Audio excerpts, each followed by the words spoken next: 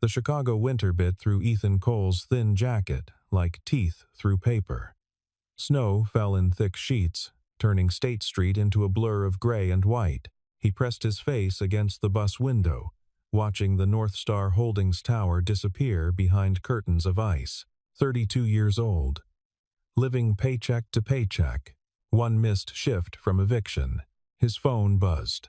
The pharmacy, Lily's inhaler prescription was ready. $73 he didn't have until Friday. He closed his eyes and did the math again. Rent was late. The electric bill sat unopened on the kitchen counter. His daughter's breathing treatments couldn't wait. The bus lurched to a stop 6 blocks from his apartment building. The driver's voice crackled over the speaker. End of the line. Storm's getting worse. Ethan stepped into the blizzard. Wind tore at his exposed neck. His work badge from North Star Holdings swung against his chest. Level B, 2 archive technician. In a company of 800 employees, he was the invisible man who filed documents in a basement that smelled like old paper and defeated dreams. The apartment building loomed ahead, its brick facade stained with decades of exhaust and neglect. Mrs. Chen from 3B had Lily tonight, like she did most nights when Ethan worked late. The elderly woman never asked for payment, just occasionally accepted his offer of groceries when his paycheck allowed. He climbed the stairs slowly, each step echoed with exhaustion. At the third-floor landing, Mrs. Chen's door opened before he could knock. She had episode, Mrs. Chen said, her English broken but her concern clear. Small one. I gave her breathing treatment. She sleeping now. Ethan's chest tightened. Thank you, Mrs. Chen. I'm sorry I was late, you good father. She patted his arm with a weathered hand. Storm, very bad. You be careful. Inside his apartment, Lily slept on their second-hand couch, her small chest rising and falling with that familiar wheeze that never quite disappeared.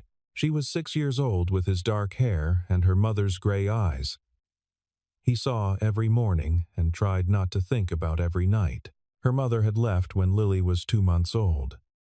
No note, no explanation, just an empty closet and a silence that still roared in his ears 6 years later. Ethan covered Lily with their warmest blanket and moved to the kitchen. Dishes from 3 days ago sat in the sink. The linoleum floor was sticky despite his attempts to mop it last week. The refrigerator hummed loud enough to wake the dead, but at least it still worked. His phone buzzed again. This time, an email from work. Subject line, performance review scheduled. His manager, Greg Patterson, had been gunning for him for months. Every minor mistake became a written warning. Every late arrival, even when Lily was sick, went into his file. In a company run by Victoria Hale, the CEO known throughout Chicago's business district as the Ice Queen, managers competed to show their ruthlessness. Ethan had seen her exactly 3 times in his 4 years at North Star Holdings. Once, at the company holiday party, standing alone by the window with a glass of wine, watching the city like a general surveying a battlefield. Once, in the elevator, where her perfume, something expensive and cold, had filled the small space with uncomfortable silence. And once in the parking garage, where he'd held the door for her and received not a word of acknowledgement, just a brief nod that might have been coincidence. She was 41, according to company gossip. Never married, no children. Built North Star from her father's failing real estate firm into a billion-dollar empire in commercial development. She fired executives the way other people changed clothes swiftly and without visible emotion. Tomorrow was Lily's birthday. January 23rd. 6 years since that night in Mercy General Hospital when she'd come into the world 1 month early, screaming with lungs that would never quite work right. Ethan looked at his daughter sleeping on the couch and made a promise to the empty apartment. I'll figure it out, baby. I always do. The snow continued to fall outside, burying Chicago in white silence. Victoria Hale stood at the floor-to-ceiling window of her 42nd floor office, watching the storm devour the city. Behind her, 3 executives sat in leather chairs, their faces pale under the recessed lighting. "Explain to me," she said without turning around, "how a project with a $40 million budget can be 3 months behind schedule." Silence.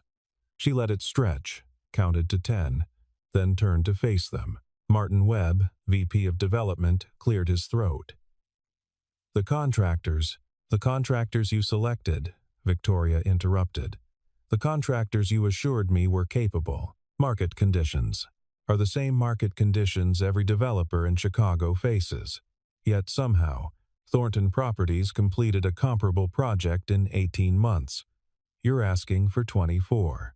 She moved to her desk, a massive slab of black walnut that had belonged to her father. On it sat 3 manila folders. She opened the first one. "Martin, you've been with North Star for 7 years. In that time, your division's profit margin has declined by 14%. Jennifer," she looked at the head of acquisitions, "your team has missed 3 major opportunities in the past 6 months because you couldn't move fast enough. And David," the CFO shifted in his seat, "your financial projections have been optimistic to the point of fiction." Victoria closed the folder. Outside, the wind howled against the glass. "You're all terminated. Security will escort you out. HR has your severance packages ready." The shocked silence that followed gave her no satisfaction. It never did. But North Star Holdings didn't survive on sentiment. Her father had learned that lesson too late, nearly bankrupted by loyalty to incompetent friends. Victoria had learned it early. After they left, David nearly in tears, Jennifer already on her phone with a lawyer, Martin just staring at his hands, Victoria returned to the window. The city spread below her like a game board. Somewhere down there, people were warm in their homes. They had families waiting. They had lives that didn't revolve around profit margins and market share. Her phone buzzed. Karen, her assistant. "Miss Hale, the Weather Service is recommending everyone leave early. The storm is intensifying. Send the office-wide notice. Make sure the night cleaning crew gets home safely." "Already done. Your car is waiting downstairs whenever you're ready." Victoria ended the call and turned to her desk. Beneath the terminated executives' folders was a different file. Employee ID 7743. Ethan Cole. Archive Technician, Level B2. She'd pulled his file 3 days ago for reasons she couldn't quite articulate. He'd worked at North Star for 4 years, never late until 6 months ago, when the tardiness started always with a reason documented. Daughter sick, daughter's school emergency, daughter's hospital visit, single father. No family support listed in his emergency contacts except a neighbor. Current address in a building Victoria knew was 2 steps from condemnation. She'd noticed him last week in the basement archives, carrying boxes that should have required 2 people. He'd stopped when he saw her, surprise flashing across his face. Most employees looked at her with calculated respect or barely concealed fear. He'd just looked tired. "Miss Hale," he'd said, "can I help you find something? How's your daughter?" The question had come out before she'd thought about it. He'd blinked. Thank you for asking. She's doing better." "The asthma?" "Yes, ma'am. How did you—" "I read the HR reports on extended absences. Make sure she gets her medication." She'd walked away before he could respond, feeling his confused stare follow her down the hallway. Now, looking at his file in the storm's gray light, Victoria noticed something she'd missed before. His daughter's birthday, January 23rd. Her hand trembled slightly as she closed the folder. She pressed her palm flat against the desk until it stopped. January 23rd. 6 years ago. Mercy General Hospital. The day her world had ended. The call came at 2:15 p.m. Ethan was in the deep archives, scanning documents that hadn't seen daylight since the 90s, when his phone lit up with the school's number. His stomach dropped before he even answered. "Mr. Cole?" "This is Principal Morrison at Riverside Elementary." Lily had an asthma attack during gym class. It's under control now, but I'm on my way. He dropped the scanner, grabbed his jacket, and ran. The elevator took forever. In the lobby, Greg Patterson stepped out of his office. "Cole, where do you think you're going?" "You have 40 boxes left to. My daughter's at the hospital. This is the third time this month you've left early. I'm writing you up." Ethan didn't stop walking. "Write whatever you want." The storm had worsened. Buses weren't running on schedule. He ran through snow that reached his calves. His thin jacket soaked through in minutes. Riverside Elementary was 8 blocks north. Each block felt like a mile. When he burst through the school entrance, dripping melted snow across the polished floors, he found Lily sitting in the nurse's office with an oxygen mask over her face. Her eyes were wide with fear, but she was breathing. She was breathing. "Daddy." The word came out muffled. He knelt beside her chair, his hands shaking as he touched her face. "I'm here, baby. You're okay. You're going to be okay." The school nurse, a kind woman named Patricia, touched his shoulder. "The attack was severe. She needs to go to Mercy General for observation. I've already called an ambulance, but with the storm, I'll take her. Mr. Cole, in this weather, I'll take her." He carried Lily through the blizzard, her small body wrapped in his jacket and her borrowed coat, her face pressed against his neck. She wheezed with each breath, despite the emergency inhaler Patricia had administered. His car was parked 6 blocks away in front of their apartment. It was a 15-year-old Honda with a passenger door that stuck and heat that worked intermittently, but it started on the 3rd try, and that was enough. Mercy General Hospital emerged from the snow like a fortress of glass and steel. Ethan had been here twice before, with Lily once when she'd broken her arm at age 4, once when her asthma had nearly killed her at 5. He knew the emergency entrance. He knew how to navigate the bureaucracy. He knew exactly how much this visit would cost and exactly how long it would take him to pay it off. A nurse took Lily immediately. Ethan followed them through automatic doors into a world of bright lights and antiseptic smells. They put her in a small room with monitors that beeped steadily. A respiratory therapist set up a nebulizer treatment. "You got here fast," the therapist said, adjusting the machine.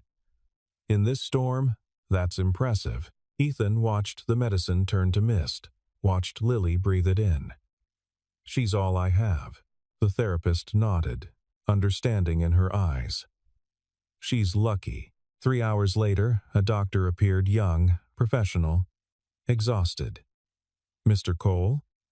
"Lily's responding well to treatment. We want to keep her for observation overnight, but she should be fine." Relief nearly buckled Ethan's knees. "Thank you. Has she been taking her preventive medication regularly?" "Yes, every day." The doctor made a note on her tablet. "Her asthma is severe. You might want to consider seeing a specialist. There are newer treatments that might help." Ethan didn't mention that specialists required referrals from a primary care doctor, and primary care doctors required insurance that covered more than emergencies. He just nodded. His phone buzzed. Email from Greg Patterson. "Effective immediately, you are suspended, pending review for job abandonment. A meeting with HR is scheduled for Monday at 9 a.m. Ethan deleted the email without finishing it. He pulled a chair close to Lily's hospital bed and took her small hand in his. Through the window, the storm continued to rage, burying the city in white. "Dad?" Lily's voice was small, hoarse from the breathing treatments. "Yeah, baby? Are you going to lose your job?" He looked at his 6-year-old daughter, who understood too much about their precarious life. "Don't worry about that. You just focus on getting better. But if you lose your job, then I'll find another one. I always figure it out." She squeezed his hand. Outside, the sky darkened toward evening. January 23rd. Her birthday was in 7 hours. "Dad, can we still have cake tomorrow?" Ethan's throat tightened. "Yeah, baby, we'll have cake." even if he had to bake it himself with the last $5 in his account. At 10 p.m., the hospital discharged Lily with instructions and prescriptions Ethan couldn't afford. He carried her to the car through snow that had finally stopped falling. The city lay silent under a thick white blanket, street lights casting yellow circles in the darkness. The drive home took 40 minutes instead of 15. Streets were barely passable. Other cars moved like ghosts through the aftermath of the storm. Lily slept against his shoulder, her breathing steady now but still audible. He parked in front of their building and gathered her into his arms. She didn't wake when he locked the car, or when he climbed the exterior stairs, their steps buried under half a foot of snow. At their apartment door, he fumbled for his keys with numb fingers. The door was unlocked. His first thought was that he'd forgotten to lock it in his panic. His second thought was that they'd been robbed. He pushed the door open and froze. The apartment smelled like lemon and lavender instead of mildew and old cooking. The overhead light was on a bulb he'd been meaning to replace for weeks, suddenly working. And in the kitchen, visible through the doorway, someone was on their hands and knees scrubbing his floor. Victoria Hale, his CEO, the Ice Queen, the woman who'd fired 3 executives that morning, wearing a gray silk blouse and black slacks that probably cost more than his monthly rent, kneeling on his cheap linoleum floor with a scrub brush in her hand. She looked up when she heard the door. Her face was streaked with something that might have been tears or might have been cleaning solution. Her hands were red and raw from water and chemicals. Her perfectly styled hair had come loose from its clip. For a long moment, neither of them spoke. Lily shifted in Ethan's arms, still sleeping. "Miss Hale," he finally managed. "What are you? Why are you?" She set down the brush and stood slowly, like someone much older than 41. "I should explain. That would be helpful." His voice came out harsher than intended. "How did you get in here?" "Your neighbor, Mrs. Chen. I told her I was from your company's employee assistance program." Victoria looked at her raw hands as if surprised to find them attached to her body. "She was worried about you and Lily." Ethan carried Lily to the couch, now cleared of clutter and covered with a clean blanket he didn't recognize. He laid her down gently, pulled the blanket over her, then turned to face the CEO of North Star Holdings standing in his kitchen. "You lied to my neighbor. You broke into my apartment. And you're cleaning my floor." He kept his voice low, aware of Lily sleeping 10 feet away. "I'm going to need more explanation than employee assistance program." Victoria reached for the kitchen counter as if she needed support. Under the overhead light, Ethan could see how exhausted she looked. Not just tired, devastated. Hollowed out. "What's today's date?" she asked quietly. "January 23rd. Your daughter's birthday." "How do you know that?" "Because 6 years ago today, I was at Mercy General Hospital." Her voice cracked. "In the maternity ward, I gave birth to a daughter at 11:47 p.m. She lived for 1 hour and 17 minutes. The apartment seemed to tilt. Ethan gripped the back of a chair. Victoria continued, each word precise and terrible. "I wanted to spend today being useful, being what a mother should be. I thought if I could clean someone's home, take care of someone's child's space, just for a few hours." She stopped, looking at her raw hands again. "It sounds insane when I say it out loud. Miss Hale, I saw your daughter's birthday in your file. Same day, same hospital. I thought it would help somehow, make the day less." She didn't finish the sentence. Ethan looked at his kitchen. Really looked. The dishes were washed and put away. The floor gleamed. The sticky residue that had been there for months was gone. The counters were spotless. Even the inside of the microwave, which he'd been avoiding for weeks, was clean. "You've been here for hours," he said. "Since 6 p.m. You could have hired someone to do this. I needed to do it myself." Victoria's voice was barely a whisper. "I needed to feel like I was taking care of someone. Just for tonight." In the silence that followed, the refrigerator hummed its familiar off-key note. On the couch, Lily made a small sound in her sleep, and in Ethan's chest, something shifted, not quite sympathy, not quite understanding, but a recognition of grief when he saw it. "There's more to this story," he said. Victoria met his eyes. "Yes." Victoria sank into one of Ethan's mismatched kitchen chairs as if her legs could no longer hold her. Ethan stayed standing, his mind racing through impossible calculations. "Tell me everything," he said. She was quiet for a long moment, staring at her damaged hands. When she spoke, her voice was clinical, controlled the same voice she probably used to fire executives. "I was 35. Never planned on children.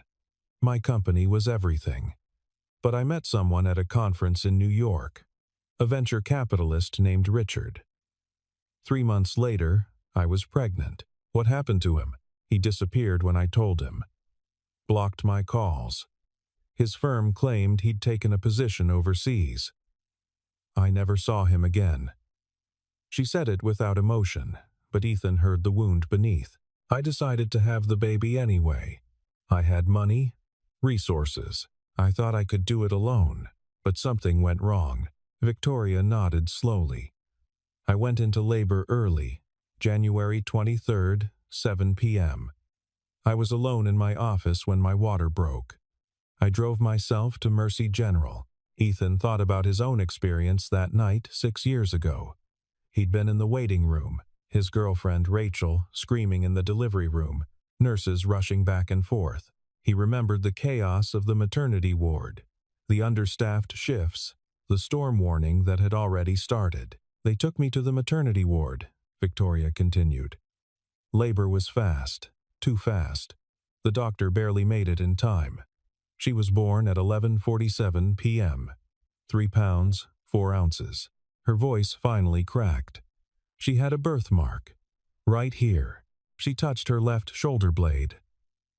Ethan's blood ran cold. "They let me hold her for a few minutes. Then they took her to the NICU.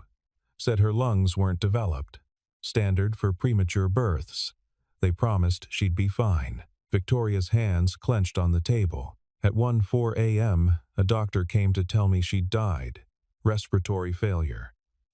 They said it happened sometimes. They said it wasn't my fault. They said." She stopped, breathing hard. "Ms. Hale, they gave me a death certificate. I held my dead baby. I signed papers. And then I left the hospital at dawn with empty arms and went back to work the next day, because I didn't know what else to do." The apartment was silent except for the refrigerator and Lily's breathing. Ethan's mind was racing, connecting dots he didn't want to connect. "Why are you telling me this?" he asked, though part of him already knew the answer. Victoria looked up at him with red-rimmed eyes. "Because 3 weeks ago, I was at a medical gala. Fundraiser for Mercy General. I spoke to Dr. Patricia Morrison. She's retired now, but she worked in the maternity ward that night, and she said something that made my blood stop." "What did she say?" "She mentioned the storm, how understaffed they were, how chaotic. And then she said, 'We had that terrible mix-up that night. Thank God it was caught in time.' When I pressed her, she changed the subject, said she couldn't discuss it. But her face..." Victoria's voice dropped to barely a whisper. She looked guilty. Ethan felt the floor shift beneath him. "A mix-up. I hired a private investigator. He found inconsistencies in the records from that night, timing gaps, missing documentation. And he found something else." Victoria reached into her pocket and pulled out a folded piece of paper. "Your ex-girlfriend, Rachel Morrison. She left the hospital that night without a baby. The official record says she had a stillbirth, but you left with Lily." The paper shook in Ethan's hand as he unfolded it. It was a hospital record, or a copy of one. Rachel Morrison. Admitted 7:23 p.m. Delivery 11:52 p.m. Outcome stillborn. "That's not true," Ethan said. "Lily was born alive. She was premature but healthy. Rachel left because she couldn't handle it. She couldn't handle being a mother. Or," Victoria said quietly, She left because the baby she held for 10 minutes before they took it to the NICU wasn't the baby they brought back. The words hung in the air like poison. Ethan looked at Lily sleeping on the couch, his daughter, his reason for breathing. The child he'd raised for 6 years through sickness and poverty and exhaustion. "No," he said. "You're wrong. Your daughter has a birthmark," Victoria said. Left shoulder blade, crescent moon shape. Ethan's world tilted. Lots of kids have birthmarks. At the same hospital. On the same night, born 5 minutes apart. Both premature with respiratory issues. Victoria stood, and for the first time since he'd known her, she looked afraid. "I'm not here to take her from you. I'm not here to destroy your life. I'm here because I spent 6 years grieving a dead child, and I need to know if she's alive. You need a DNA test, and if it's positive..." Ethan's voice was harsh. "If Lily is biologically yours, what then? You take her? You undo 6 years of her life with me?" "I don't know," Victoria whispered. "I don't know anything except that I've been walking through my life like a ghost, and when I saw your daughter's birthday in that file, when I realized the timing, the hospital, everything," she closed her eyes. "I had to know, even if the knowing destroys me." On the couch, Lily stirred and murmured something in her sleep. Both adults turned to look at her, a 6-year-old girl who had no idea her entire world was about to change. Ethan made a decision. "I need you to leave, Mr. Cole. Now. Please. I need time to think." Victoria nodded slowly. She picked up her coat from where she'd draped it over a chair. At the door, she turned back. "For what it's worth," she said, "you're a good father. Whatever happens, she's lucky to have had you." Then she was gone, and Ethan was alone with his daughter and a truth that felt like drowning. Ethan didn't sleep that night. He sat in the kitchen with his laptop, searching for information about hospital mix-ups, birth certificate errors, maternity ward protocols. The internet offered 1,000 horror stories and very few solutions. At 3 a.m., he called his ex-girlfriend's number. It had been disconnected for 4 years. He tried her parents' house in Indiana. No answer. He tried her sister in Oregon. The call went to voicemail. At 5 a.m., Lily woke up crying from a nightmare. He held her on the couch, feeling her heartbeat against his chest, breathing in the scent of her hair apple shampoo from the dollar store. "Dad?" she asked sleepily. "Why are you shaking?" "Just cold, baby. Go back to sleep." At 7 a.m., Victoria Hale called his cell phone. "I have a proposition," she said without preamble. "A DNA test, in-home kit. You don't have to do anything except swab Lily's cheek. And then what? Then we know. One way or another." Ethan looked at Lily eating cereal at the kitchen table, her legs swinging because they didn't quite reach the floor. "What if I say no? Then I'll go through legal channels, get a court order. It'll take longer and be much messier. Or," she paused, "or I'll walk away. Spend the rest of my life wondering. That's your choice. You'd actually walk away, if that's what you want. But ask yourself if there's even a chance that what I'm saying is true. Don't you owe it to Lily to know? Don't you owe it to yourself?" He wanted to hate her for being right. How did this happen? "How does a hospital mix up babies?" "I've been researching all night," Victoria said. "It's rare but not impossible, especially during emergencies. Staff shortages, similar timing. Both babies premature, both in distress. The maternity ward was chaos that night because of the storm. Shift changes. Temporary staff." She sighed. "It only takes one overwhelmed nurse putting the wrong bracelet on the wrong baby. And Rachel? My ex? If she gave birth to your daughter, then she left the hospital thinking her baby had died. The guilt might explain why she disappeared. Some people can't face that kind of loss." Ethan's mind reeled. "The death certificate you received. Whose baby was it? That's what I need to find out. There are only 2 possibilities, Ethan. Either my baby died and Lily is yours, or my baby lived and Lily is mine. There's no middle ground. He closed his eyes. Send the test. Thank you. Don't thank me yet. The test kit arrived that afternoon by courier. Ethan opened the box while Lily was at Mrs. Chen's apartment watching cartoons. Inside were sterile swabs, sample tubes, and instructions written in calm, clinical language that made his hands shake. He thought about not doing it. About throwing the whole kit in the trash and pretending this conversation had never happened. But Victoria was right. If there was even a possibility that the hospital had made a mistake, he needed to know. That evening, he told Lily they were doing a science experiment for school.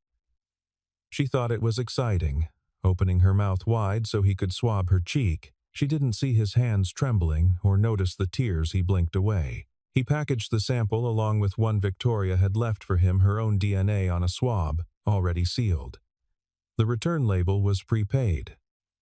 All he had to do was drop it in a mailbox. He walked to the corner in the February cold, the package weighing nothing and everything in his hands. At the mailbox, he stood for 5 full minutes before finally letting it fall through the slot. 3 days later, Victoria called. Results came. Can I come over? She arrived 30 minutes later, carrying a folder. Lily was at school. The apartment felt too small for the enormity of what was about to happen. Victoria sat at his kitchen table and opened the folder. Inside was a single page from a genetic testing laboratory. Lots of numbers, lots of technical language, and at the bottom a conclusion written in bold: probability of maternity, 99.9998%. Ethan's vision blurred. The numbers swam on the page. 99.9998%? Statistically certain.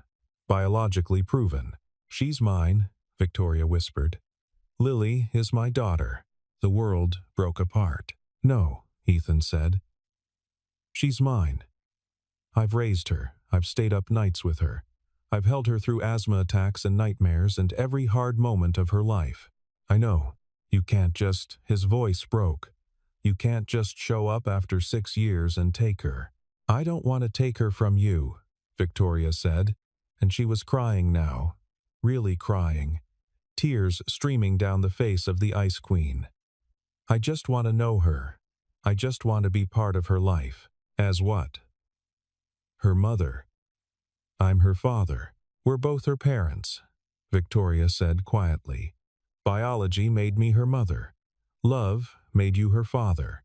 And Lily deserves both. In the silence that followed, they both understood the impossible situation they were in.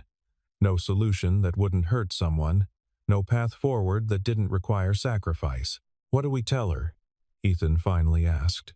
The truth, Victoria said. Eventually. When she's ready.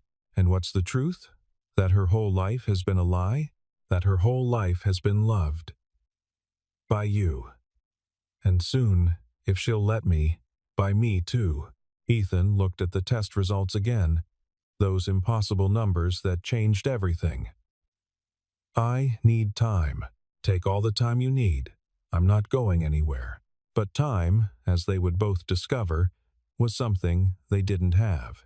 Victoria's brother, Marcus Hale, was 45 years old and had spent his entire adult life living in his sister's shadow. As COO of North Star Holdings, he wielded considerable power, just never quite enough. He was handsome in the way men with money and personal trainers are handsome, with silver threading through dark hair and a smile that looked genuine until you noticed it never reached his eyes. He'd been married twice, divorced twice, and spent his spare time at country clubs making connections his sister's reputation couldn't buy. And he knew about Lily. He'd known before Victoria did, in fact. Because 6 years ago, he'd been the one who'd paid off Dr. Patricia Morrison to keep quiet about the mix-up in the maternity ward. He'd been the one who'd ensured the paperwork stayed buried. He'd been the one who'd convinced the hospital administrator to bury the incident report. Not out of cruelty, out of strategy. His sister, grieving, broken by the loss of a child, was useful to him. Victoria, at full strength, was unstoppable, brilliant, driven, ruthless in business. Victoria, destroyed by personal tragedy, was vulnerable, and in the 5 years following that night at Mercy General, Marcus had slowly, carefully, positioned himself to be her successor. The board loved him. Investors trusted him. He was everything Victoria wasn't: charming, personable, the kind of man who remembered your kid's name and asked about your golf game. He was the face of North Star at charity dinners and business conferences, while Victoria hid in her office with spreadsheets and profit margins. He'd been 6 months away from convincing the board to make him CEO when Victoria had started asking questions about that night 6 years ago. When she'd hired that investigator, when she'd started pulling old hospital records. Now, sitting in his office, 3 floors below hers, Marcus read the email from his contact at the genetic testing facility, the same facility Victoria had used. The results were conclusive. Victoria had found her daughter. "Damn it," he said quietly.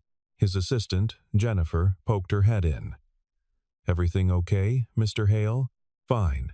Clear my schedule for tomorrow. I have personal business to handle." After she left, Marcus opened his desk drawer and pulled out a file he'd kept hidden for 6 years.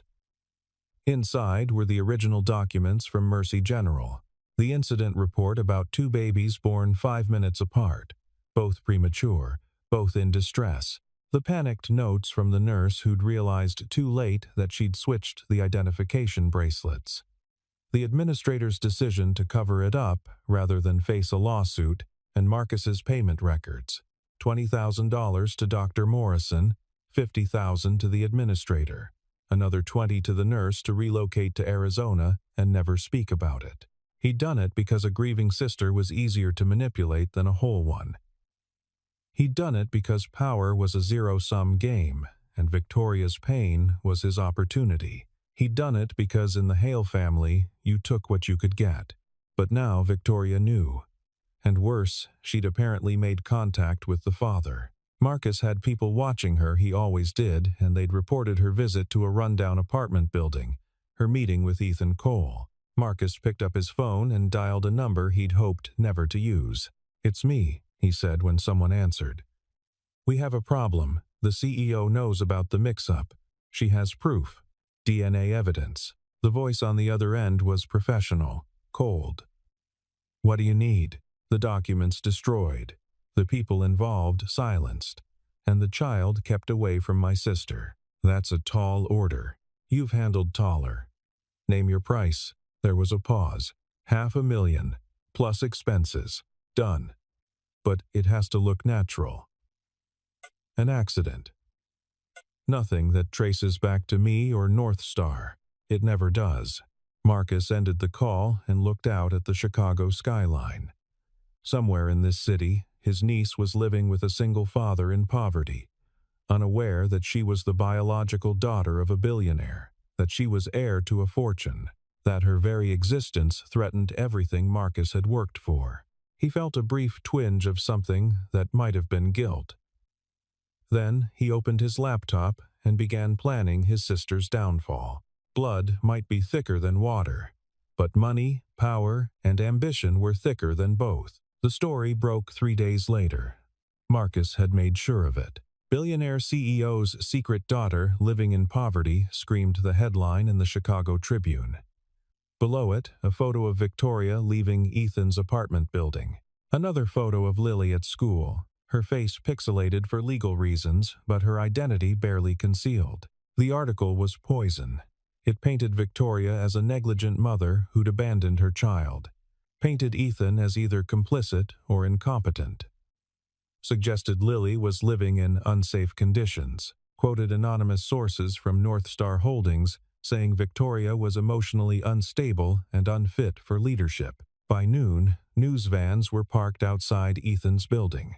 By 2 p.m., a representative from the Illinois Department of Children and Family Services was at his door. Her name was Karen Reeves.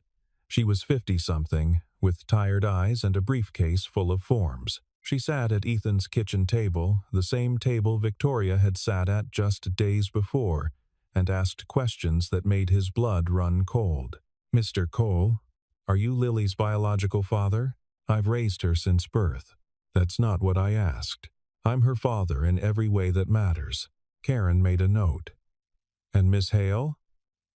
What's her relationship to Lily?" "It's complicated. Mr. Cole, I'm going to be direct. We've received multiple complaints about Lily's living situation, the condition of this apartment, your financial instability, the quality of medical care she's receiving. Add to that the biological uncertainty, and we have serious concerns." "Concerns about what?" "About whether this is the best placement for a child with significant medical needs." The words hit like a fist. "You want to take her away." "I want to ensure her safety and well-being. That might mean temporary foster placement while we investigate." "No." Ethan stood up. "Absolutely not, Mr. Cole. She's my daughter. I've kept her alive for 6 years on minimum wage. I've never missed a breathing treatment. Never failed to get her to the hospital when she needed it. This apartment might not be much, but it's safe and it's home." Karen looked around the small space at the clean but worn furniture, the patched linoleum, the refrigerator held shut with duct tape. "The court will want to see evidence of stability, financial resources, adequate medical care, and they'll want clarity on custody. Who is Lily's legal guardian, you or Miss Hale?" "I am. Her birth certificate lists me as her father. A birth certificate that may be fraudulent, based on the hospital mix-up." Ethan felt the walls closing in. "What do you want from me?" "I want you to work with Miss Hale to establish legal custody. Proper documentation. A stable home environment. Proof that you can provide for Lily's needs." Karen stood, leaving her business card on the table. "You have 2 weeks. After that, if I don't see significant improvement, I'll have no choice but to recommend foster placement pending a custody hearing." After she left, Ethan called Victoria. She answered on the first ring. "They're trying to take her," he said. "I know. I saw the news. Your brother did this." "Yes." Her voice was ice and fury. "He did. What do we do?" Victoria was quiet for a long moment. Then she said, "We get married." "You're insane," Ethan said. "I'm practical." Victoria's voice over the phone was steady, controlled back to the CEO who fired executives without blinking. "DCFS wants stability, financial security, 2 parents, a legal family unit. Marriage gives us all of that. Marriage is for people who love each other. Marriage is a legal contract that protects children. We can figure out the emotional components later. Right now, Lily needs us to be strategic." Ethan looked at his daughter coloring at the kitchen table, headphones on, lost in her own world. "This is crazy. This is survival. Meet me at the courthouse tomorrow morning. 9 a.m. Bring Lily's birth certificate and your ID." She hung up before he could argue further. The next morning was bitter cold. The kind of Chicago winter day where the wind cut through clothes like knives. Ethan dressed Lily in her warmest coat and told her they were going on an adventure. She didn't question it. 6-year-olds rarely did when adults used their serious voices. Victoria met them at the Cook County Courthouse, wearing a navy suit and carrying a leather folder. She'd brought a lawyer, a sharp-eyed woman named Rebecca Chen, who handed Ethan papers to sign. "It's a standard marriage license application," Rebecca explained. "You'll have a brief hearing with a judge to expedite the process given the DCFS involvement. The marriage itself will be simple. You say I do, sign the papers, and you're legally bound." "For how long?" Ethan asked. "That's up to you both. But I'd recommend at least until Lily turns 18. Anything less, and you risk triggering another custody review." Victoria knelt down to Lily's level. It was the first time the 2 of them had been in the same room since the DNA results. "Hi, Lily. My name is Victoria. I work with your dad." Lily looked at her with curious gray eyes, Victoria's eyes. "Are you pretty?" "Thank you. You are too. Are you nice?" Victoria's expression softened. I try to be. Then why is my dad nervous? Out of the mouths of children. Ethan forced a smile. I'm not nervous, baby. We're just taking care of some grown-up stuff. The hearing took 15 minutes. The judge, a woman in her 60s who'd clearly seen everything, looked at the papers, looked at Ethan and Victoria, and raised an eyebrow. This is somewhat irregular, she said. Miss Hale, you're aware that marriage to Mr. Cole will make you legally responsible for his daughter? I am, Your Honor. And Mr. Cole, you understand that this marriage grants Miss Hale equal parental rights? I do. The judge made a note. In light of the DCFS involvement and the biological situation, I'm approving this on an expedited basis. But understand, if this is some kind of fraud to circumvent child welfare services, there will be consequences. It's not fraud, Victoria said quietly. We're trying to protect a little girl who's been through enough. The judge nodded. Then, congratulations. You're approved for marriage. The ceremony can happen immediately if you have an officiant. Rebecca had thought of everything. She'd arranged for a courthouse officiant, a woman who'd probably performed 1,000 hurried weddings. They stood in a small room with fluorescent lights and government-issue furniture. Do you, Ethan Cole, take Victoria Hale to be your lawfully wedded wife? I do. Do you, Victoria Hale, take Ethan Cole to be your lawfully wedded husband? I do. By the power vested in me by the state of Illinois, I now pronounce you married. You may kiss if you wish. They didn't kiss. They shook hands like business partners closing a deal. Lily clapped because she thought she was supposed to. They left the courthouse as a legal family. The paperwork was filed with DCFS by noon. Karen Reeves called that afternoon to say the foster care recommendation was being withdrawn pending a home visit to their shared residence, which is when they realized they needed to live together. Victoria solved it the way she solved all problems with money and efficiency. She owned a townhouse in Lincoln Park that she never used, preferring to live in her downtown penthouse. It was 4 bedrooms, fully furnished, in a neighborhood with good schools. They moved Ethan and Lily in that weekend. The first month was awkward. Ethan and Lily lived on the 2nd floor. Victoria had the 3rd floor converted into her private space. They shared the kitchen and living room like roommates in a very expensive, very strange arrangement. Lily adjusted faster than the adults. To her, it was an adventure, a big house with her own room, a backyard with space to play, a school where the heating actually worked. She asked innocent questions. Is Victoria my new mom? And why don't you sleep in the same room? That neither adult knew how to answer. Victoria was careful. She never overstepped, never tried to replace Ethan. She just existed in Lily's orbit, making breakfast sometimes, helping with homework occasionally, always asking permission before doing anything that felt parental. Can I take Lily to her doctor's appointment Tuesday? She'd ask. Can I buy her new winter clothes? Her coat has holes. Would it be okay if I read to her before bed? Slowly, carefully, she built a relationship with the daughter she'd never known. And Lily, resilient in the way children are, accepted this strange new normal. The custody hearing happened 2 months later. Marcus had hired lawyers to contest the marriage, claiming it was a fraud. But Rebecca Chen was better. She presented evidence of a genuine family unit, shared finances, co-parenting schedules, a stable home environment. The judge ruled in their favor. Victoria was granted equal parental rights. Ethan remained Lily's legal father.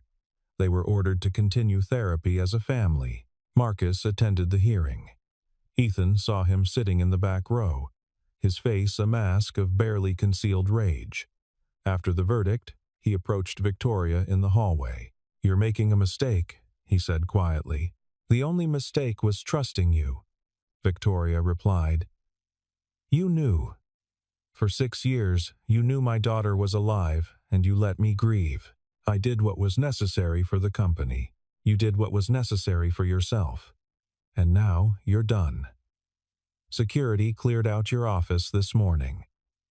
The board voted unanimously for your removal. Marcus's smile was cold. You think this is over? I think you're out of moves. Touch my family again, and I won't use lawyers. I'll destroy you personally. He left without another word. Ethan never saw him again. 1 year later, snow fell softly outside the Lincoln Park townhouse. Lily, now 7, played in the living room with Victoria, building an elaborate castle out of blocks. Ethan watched from the kitchen, making hot chocolate. Victoria laughed, really laughed at something, Lily said. It was a sound he'd heard more often lately. The Ice Queen had thawed. They weren't in love. Maybe they never would be. But they'd become something else, partners, co-parents, friends who'd fought through hell together and come out on the other side. Lily ran over to him. Dad, Victoria says we can get a dog. Does she now? Victoria stood up, brushing dust from her jeans, actual jeans, not the power suits she used to live in. I said we'd discuss it. That's basically yes, Lily informed him, seriously. Ethan looked at his daughter, healthy, happy, loved by 2 people who'd started as strangers and become a family. He looked at Victoria, who'd gone from grieving mother to fierce protector. He looked at their life, messy and unconventional but real. Yeah, he said. We can get a dog. Lily cheered. Victoria smiled. Outside, the snow continued to fall, blanketing Chicago in white. But inside, in their imperfect, chosen family, it was warm. 6 years ago, a hospital made a mistake. But sometimes, the most broken things create the most beautiful mosaics. Family isn't always born from blood. Sometimes it's built from snow and tears and 2 people willing to catch each other when they fall.